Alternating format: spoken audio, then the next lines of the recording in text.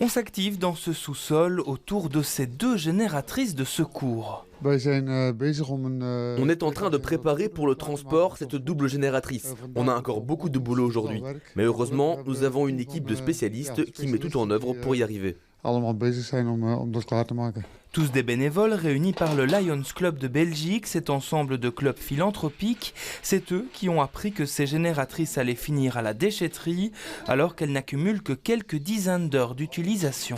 Via nos clubs, on a appris qu'une entreprise de démolition qui voulait rendre un bâtiment éco-responsable avait ou disposait de deux génératrices de grand niveau, 500 kWh, qui permettaient de chauffer de grands bâtiments. Et donc, quand on a eu ce coup de fil, on est venu voir et puis on s'est dit, ben oui, c'est effectivement quelque chose qui vaut beaucoup d'argent et qui pourra satisfaire beaucoup de personnes en Ukraine.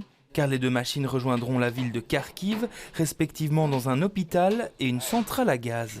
Ça sera en support, ça veut dire que chaque fois que cette centrale est bombardée, maintenant les gens se retrouvent sans eau, sans électricité, alors que grâce à cette génératrice, ils pourront continuer à avoir de l'eau chaude, froide, donc ça concerne un quart à la moitié de la ville.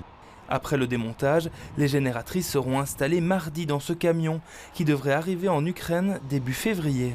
Il y aura évidemment les génératrices, tout le matériel qui accompagne, mais il y aura aussi un tas de biens de première nécessité qui iront vers la population locale, pas uniquement à Kharkiv d'ailleurs, aussi à Odessa, dans d'autres villes. Autant de biens récoltés à travers la Belgique et dont la population locale a cruellement besoin.